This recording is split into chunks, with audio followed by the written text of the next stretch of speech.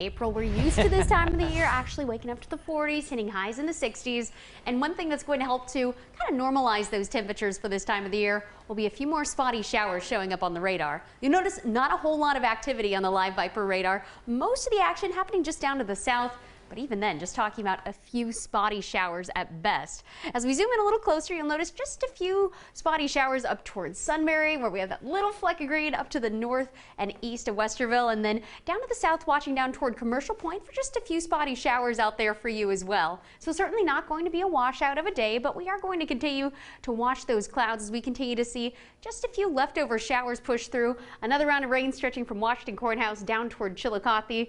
But again, note just a few very little polka dots of green indicating an isolated shower at best. And that'll really continue to be the theme for the rest of the afternoon as we watch not only the wraparound moisture from this area of low pressure push down into central Ohio, but also keep an eye on this cold front. The front also giving us a bit of a breeze, the wind coming in steady out of the west at about 15 miles per hour. So shaking up our Window Nation tower cameras just a little bit.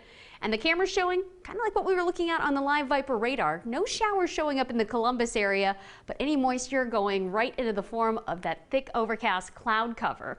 For the rest of the day, well, we are going to be watching those temperatures, like we've been saying, kind of normalize. So that means instead of the 70s like what we experienced last week, slowly pushing our way out of the 50s through the afternoon to a high in the low 60s. Right now, 57 degrees in Columbus, 58 now down towards Circleville, 58 showing up as well down toward Lancaster. So as a whole, we're about 5 degrees cooler than yesterday, so probably looking at jacket weather for the rest of the afternoon, and would recommend, especially as we head toward that evening drive, grabbing maybe a jacket with a hood or at least keeping the rain gear on hand, because just like what we're experiencing now, not a widespread downpour, but watching for a few light showers, especially off to the east of the 23 corridor, where areas like Zanesville, McConnellsville, and Caldwell watching for a better chance for light showers. Then drier air this evening moves in from west to east as we start to make room for some high pressure across the area. And hey, that means by tonight into first thing tomorrow morning, even starting to clear out the clouds and make room for sunshine.